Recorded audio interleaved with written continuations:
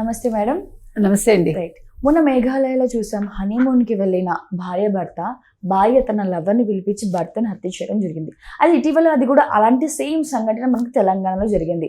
Same పెళ్ళైన నెల రోజుకి భార్య భర్తని హత్య చేయడం. ఈ 2025లో అయితే ఎక్కువగా విన్నాం. అది దీన్ని మీరు ఎలా చూస్తారో, దీన్ని బట్టి మీరేం మాట్లాడతారు? చాలా చిత్రంగా ఉందండి. ఈ మధ్యకాలంలో మీరు తీసుకుంటే అసలు మనకు అన్నీ కూడా ఇలాంటి కేసులే ఎక్కువ వస్తున్నాయి. ఇంకొకటి నిన్న కూడా ఎవరో 45 ఏళ్ల అమ్మాయి ఆవిడ భర్త దగ్గరుండి 21 ఏళ్ల మేనల్లుడితో పెళ్లి చేశాడు. ఇంకొక ఆవిడ మేనల్లుడితో వెళ్ళిపోయింది. లేదు, 3 పిల్లలు ఉన్నాక వాడెవరితోటో లవ్ లో ఉండి పిల్లల్ని చంపేసి అది వేరు. మళ్ళా పిల్లలు ఉండగా భర్తను వదిలేసి నేను వీడితోటే ఉంటాను అంటే ఆ భర్త వాడితో పెళ్లి చేసి అసలు మీకు పిచ్చెత్తిపోవాలన్నమాట. ఏంటిది అసలు? ఎక్కడికి వెళ్తుంది సమాజం? మన ఏమవుతోంది అంటే ఇన్ని సంవత్సరాలు కాపురం చేశాక పాపం భర్తలు మంచిగా ఉంటున్నారు ఈ మధ్యకాలం. ఒకప్పుడు భర్తలే రాక్షసులు అనుకునేవాళ్ళం. ఇప్పుడు అమ్మాయిలని ఏమనాలో తెలియట్లేదు. ఒక్కొక్కరికి 3 స్త్రీలు, 2 స్త్రీలు, లేకపోతే ఇంకొకటి ఇట్లా జరుగుతుంది. సో మీరు చెప్పినట్టు గద్వాల్ జిల్లాకు సంబంధించిన ఒక వ్యక్తి పాపం తేజేశ్వరి అబ్బాయి ఈ కర్నూలుకి సంబంధించిన ఈ అమ్మాయితో అసలు ఏ రకంగా సంబంధం కుదిరిందో మనకు అర్థం కావట్లే. పెళ్లి కుదిరాక ఈ అమ్మాయి 11వ తారీఖు నుంచి 16వ తారీఖు వరకు అదృశ్యం అయిపోయింది. అదృశ్యం అయిపోతే వీళ్ళు పెళ్లి వద్దనుకున్నారు ఈ తేజేశ్వర్ వాళ్ళు. అనుకుంటే ఆ పిల్ల 5 రోజుల తర్వాత వచ్చి ఈ తేజస్కి ఫోన్ చేసి నువ్వంటే నాకు చాలా ఇష్టం, నువ్వు పెళ్లి చేసుకోవాలి నన్ను అని ఏడ్చింది ఫోన్లో. నేను ఎక్కడికి వెళ్ళలేదు, భర్తతో తేజేశ్వర్ తోటి మాట్లాడి మా అమ్మ కట్నం ఇవ్వలేక అవస్థ పడుతోందని నేను వెళ్ళిపోయాను, నా ఫ్రెండ్ వాళ్ళ ఇంటికి వెళ్ళాను. ఏమన్నా అర్థం ఉందండి? పాప ఆ పిల్లాడు నమ్మాడు. కుటుంబ సభ్యులు చెప్పారు కూడా, వద్దు నువ్వు చేసుకోవద్దు ఆ పిల్లనంటే. చేసుకున్న మర్నాడు నుంచి ఆ అమ్మాయి ఆ ప్రియుడితోటే మాట్లాడుతూ బ్యాంక్ మేనేజర్ అతను, ఆ బ్యాంక్ మేనేజర్తో ఇప్పటికి 2000 సార్లు మాట్లాడిందిట ఇతన్ని చంపేలోపు. ఆ తర్వాత ఏం చేశారు, ఆ భర్తతోటి రోజు గొడవలు అయ్యాయి. వాడితోటే మాట్లాడుతుంటే బ్యాంక్ మేనేజర్ తోటి. ఆ భర్తకి తెలిసాక అదే పెళ్ళైన వెంటనే అప్పుడు గొడవలు అయితే ఈ అమ్మాయి ఏం చేసింది, ఈ అమ్మాయి తల్లి సుజాత ఆవిడ పేరు, ఈ తేజేశ్వర్ అని అంటే ఈ అల్లుడు అనమాట వరుసకి, ఈ కూతుర్ని ఇచ్చిన వాడిని చంపించడంలో ఆ తల్లి పాత్ర కూడా ఉంది. అసలు ఇంకో దరిద్రం ఏంటంటే, ఇంకో ఘోరం ఏంటంటే, ఆ బ్యాంక్ మేనేజర్తో ఫస్ట్ తల్లికి పరిచయం. తల్లి అక్కడ స్వీపర్గా ఉంటుంది ఆ బ్యాంకులో. సో ఈయనతో సంబంధం పెట్టుకున్నాక వాడు ఈ కూతురుతో కూడా పెట్టుకున్నాక అంటే ఇంక అసలు మీరు ఎక్కడికి వెళ్తోంది సమాజం మీకు అర్థం కాదు.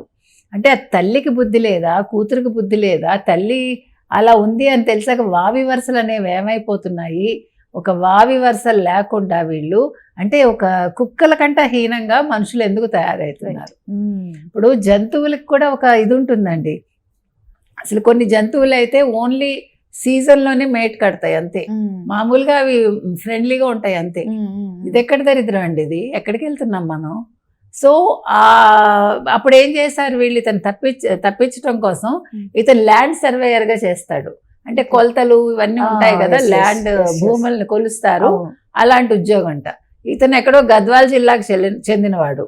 తెలంగాణ అబ్బాయి పాపం ఈ ఆంధ్ర పిల్ల తగులుకుని ఈ పిల్ల ఏం చేసింది, వీళ్ళు బ్యాంక్ మేనేజర్ సుపారీ ఇచ్చి కొంతమందికి కారులో అతను పిలిపించి మేము 10 ఎకరాలు కొన్నాము, మీరు కొంచెం సర్వే చేయించండి మాకు భూమిని అంటే, ఇతను పాపం నమ్మి రాగానే కారులో ఎక్కిన వెంటనే అతన్ని కత్తులతో బెదిరించి చంపేసి అప్పుడు తన కారు డ్రైవర్ని కూడా పంపించట బ్యాంక్ మేనేజర్. ప్లస్ ఇందులో ఈ తల్లి హస్తం కూడా ఉంది.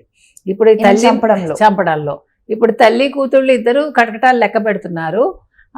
పాపం ఆ తమ్ముడు అంటే ఆ తేజేశ్వర్ తమ్ముడు కంప్లైంట్ ఇచ్చాడు అన్నగారు శవం దొరికాక. పాపం ఏంటైందో తెలియక ఇప్పుడు ఆ బ్యాంక్ మేనేజర్ పరారీలో ఉన్నాడు. ఓకే, ఇంకా దొరకలేదు. నేను అనేది అసలు పోనీ నువ్వు అసలు చేసుకోవటం ఎందుకు, మళ్ళీ చంపటం ఎందుకు, వెంటనే ఫోన్లలో ఉండడం ఎందుకు, అసలు ఏంటి ఆలోచించుకుంటున్నారు అంటే మనకు అర్థం కావట్లే. ఇప్పుడు తల్లి ప్రోద్బలం ఉంది, అక్కడ చేసుకోవడంలో తల్లి ప్రోద్బలం ఉంది, ఇక్కడ చంపించడంలో కూడా తల్లి ప్రోద్బలం ఉంది. ఏ బ్యాంక్ మేనేజర్ అసలు దీనికి అంతటికి కారణం అయ్యాడు చంపటంలో. నేను అనేది ఏంటంటే మీరు చేసుకోకండి, మీరు ఎవరినో ప్రేమిస్తే వాడితో వెళ్తారో వాడితో ఉంటారో వాడిని పెళ్లి చేసుకుంటారో, that is your me wish and will అంతే. ఒక వ్యక్తిని అన్యాయంగా చంపే హక్కు మీకు ఎవరిచ్చారు? ఎవరోకో పుట్టిన పిల్లాడిని పాపం మీరు పెళ్లి పేరుతో వంచన చేసి ఆ పిల్లాడి జీవితం ఎందుకు తీయటం? ఇప్పుడు ఆ పిల్లాడి మీరు వదిలేయచ్చు, అసలు పెళ్ళే చేసుకోవద్దు. 16వ తారీఖున వచ్చి 18న పాప ఆ పిల్లాడు కుటుంబ సభ్యులు వద్దంటుంటే ఆ పిల్ల మెళ్ళలో తాళి కట్టాడు, అంటే మృత్యువు మెళ్ళలో తాళి కట్టాడు, అంతే కదా. ఏరి కోరి మృత్యువుని ఇంటికి కొని తెచ్చుకున్నాడండి అబ్బాయి. అంటే పాపం వీళ్ళు జాలిపడి చేసుకుంటే, ఇప్పుడు సోనం విషయంలో కూడా అదే జరిగింది మీకు. అమ్మాయే కదా అతన్ని వెంటబడి చేసుకుని వాళ్ళు, తర్వాత అతను చాలా రిచ్ అబ్బాయి. అసలు ఆ పిల్ల ఎవరిని ప్రేమించిందో వాడు చూడటానికి ఎలా ఉన్నాడో చూడండి. అంటే ఇలాంటి క్రూరులనే వీళ్ళు ఇష్టపడుతున్నారు ఎందుకు అంటే మనిషిలో మంచితనం వీళ్ళకి పనికి రావట్లే. ఒక రాముడిలాగా ఉంటే వీళ్ళకి వద్దు. ఇప్పుడు మీకు అర్థమవుతున్నది అది. అవును. ఈ వీళ్ళల్లో ఒక క్రూరత్వం ఎందుకు వస్తోంది, ఒక శాడిజం ఎందుకు వస్తోంది, ఆడపిల్లల్లో కావచ్చు, లేకపోతే ఈ ఆడపిల్లల సంబంధం పెట్టుకున్న ఆ అబ్బాయిల్లో కావచ్చు. అంటే ఎక్కడ దీనికి అంతం? అసలు మీరు అందుకనే ఇప్పుడు పెళ్లిళ్ళు అంటే భయపడుతున్నారండి. పెళ్లిళ్ళ కంటే కూడా హనీమూన్లు అంటే భయపడుతున్నారు. అంటే ఈ హనీమూన్ అనేది ఇదివరకు హనీ ట్రాప్ విన్నాం మనం, ఇప్పుడు మనం ఈ హనీమూన్లు వింటున్నాము. ఇక్కడ మూన్ ఏమో కానీ హనీ ఏమో కానీ వీళ్ళ జీవితాల్లో మాత్రం విషం చిమ్ముతున్నారు.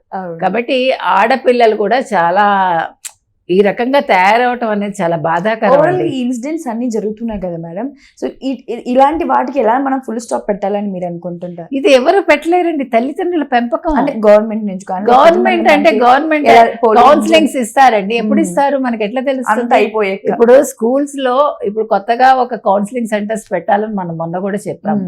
అంటే చిన్నప్పటి నుంచి వీళ్ళకి 5th క్లాస్ నుంచో 6th క్లాస్ నుంచో, అంటే వాళ్ళకి ఒక క్లాస్, ఇప్పుడు మనం మోరల్ సెక్షన్స్ ఎట్లా పెడతామో ఇప్పుడు మోరల్ క్లాసెస్ పెడుతున్నారు కదా, ఏపీలో ఇప్పుడు ఇంట్రడ్యూస్ చేశారు. అలా పెట్టినప్పుడే ఒక టీచర్ వచ్చి వారంలో 1 రోజు 2 రోజులు ఈ సైకియాట్రిస్ట్లో ఎవరినో పిలిపించి, అసలు వాళ్ళు మామూలుగా కూడా మీకు నేను టీచర్గా పనిచేసా ఒకసారి. ఫస్ట్ నేను career beginning actually I want to become a professor అసలు, కానీ నేను యాక్సిడెంటల్గా జర్నలిజానికి వచ్చా. సో మాకు ఎట్లా ఉంటుందంటే, మీరు ఒక పాపని, అంటే నేను హౌస్ మదర్గా కూడా పనిచేసా. సో ఒక పిల్ల కానీ పిల్లాడు కానీ what we have to do అంటే, మీరు రిపోర్ట్ ఇస్తారు ఒక్కొక్క ఏమంటారు సెమిస్టర్ అయ్యాకంటే, ఒక ఫస్ట్ టర్మ్ అయ్యాక ఒక రిపోర్ట్ ఇవ్వాలి మనం. సో మనం ఒక పాపని కానీ బాబుని కానీ ఫిజికల్గా మెంటల్గా వాళ్ళు ఎలా ఉన్నారు, తర్వాత ఆరోగ్యపరంగా ఎలా ఉన్నారు, వాళ్ళ గ్రోత్ ఎలా ఉంది, వాళ్ళ ఫుడ్ హ్యాబిట్స్ ఎట్లా ఉన్నాయి, వాళ్ళు ఎలా చదువుతున్నారు, how they are mingling with other children, అంటే సైకలాజికల్ ఇది కూడా మనం చేస్తాం అన్నమాట అక్కడ. సో ఆ రకంగా మేము పిల్లలకి ఇచ్చేవాళ్ళం. సో నా హౌస్ పిల్లలు ఎప్పుడు కూడా చాలా హెల్తీగా, చాలా వాళ్ళు చురుగ్గా చాలా బాగా ఉండేవాళ్ళు. వాళ్ళలో చిన్న లోపం ఉన్నా కూడా నేను కనిపెట్టి వాళ్ళకి సరి చేసేదాన్ని. తిట్టకూడదు ఎప్పుడు పిల్లల్ని మనం. వాళ్ళు దొంగతనాలు కూడా చేస్తారు పిల్లలు, బాగా డబ్బున్న పిల్లలు సరదాగా చేస్తారు. అదొక సరదా, అంటే ఫన్ అన్నమాట. నాకు షెర్లాక్ హోమ్స్ అని పేరు పెట్టారు నాకు. అంటే నేను వాళ్ళు దొంగతనాలు చేస్తే పట్టుకుని మిగతా పిల్లలకి మనం చెప్పం కదా ఎవరు చేశారో, వాళ్ళని పిలిచి పర్సనల్ గా మాట్లాడేదాన్ని అన్నమాట. సో నేను అనేది సైకాలజీ కూడా ఇక్కడ చాలా అవసరం. సో స్కూల్లో చిన్నప్పటి నుంచి సైకాలజీ సెక్షన్స్ పెట్టండి. వాళ్ళ ఎదుగుదల, మానసిక ఎదుగుదల ఎలా ఉంది, వీళ్ళల్లో ఏమన్నా వేరే రకమైన ఆలోచనలు వస్తున్నాయి పిల్లల్లో, వీళ్ళు అబ్నార్మల్ గా ఏమైనా పెరుగుతున్నారా, వీటిని కూడా గమనిస్తే కొంతవరకు కంట్రోల్ అవుతుందేమో. ప్లస్ తల్లిదండ్రుల పెంపకం, తల్లిదండ్రులు ఒక చెడు మార్గంలోకి వెళ్తే పిల్లలు కూడా దాన్ని అనుసరిస్తారు. ఇప్పుడు ఆ తల్లి తప్పు. మీకు బాలచంద్ర సినిమాలు ఉన్నాయి ఇలాంటివి, మీకు గుర్తుందా? ఫటాఫట్ జయలక్ష్మి ఒక సినిమా, తల్లి ఒకటితో పెట్టుకుంటుంది సంబంధం, ఈ అమ్మాయి తెలియకుండా అతనితో పెట్టుకుని దూకి చచ్చిపోతుంది, పైనుంచి దూకి చచ్చిపోతుంది. అక్కడ అట్లీస్ట్ షీ రియలైజ్డ్, అక్కడ ఇక్కడ రియలైజేషన్ లేదు. రియలైజేషన్ లేకుండా తల్లి కూతురు కలిపి స్కెచ్ వేసి తల్లి అందులో ఒక భాగస్థురాలు అవ్వడం అనేది, ప్లస్ కూతురికి తల్లి ఎవరితో సంబంధం పెట్టుకుందో తను అతనితో పెట్టుకున్నానని తెలిసి కూడా పెట్టుకోవటం అనేది ఇంతకంటే నీచమైన ఇది ఏదైనా ఉంటుందండి అంశం. కాబట్టి ఇలాంటివి జరగకుండా ఉండాలని కోరుకుందాం. Thank you madam, thank you so much.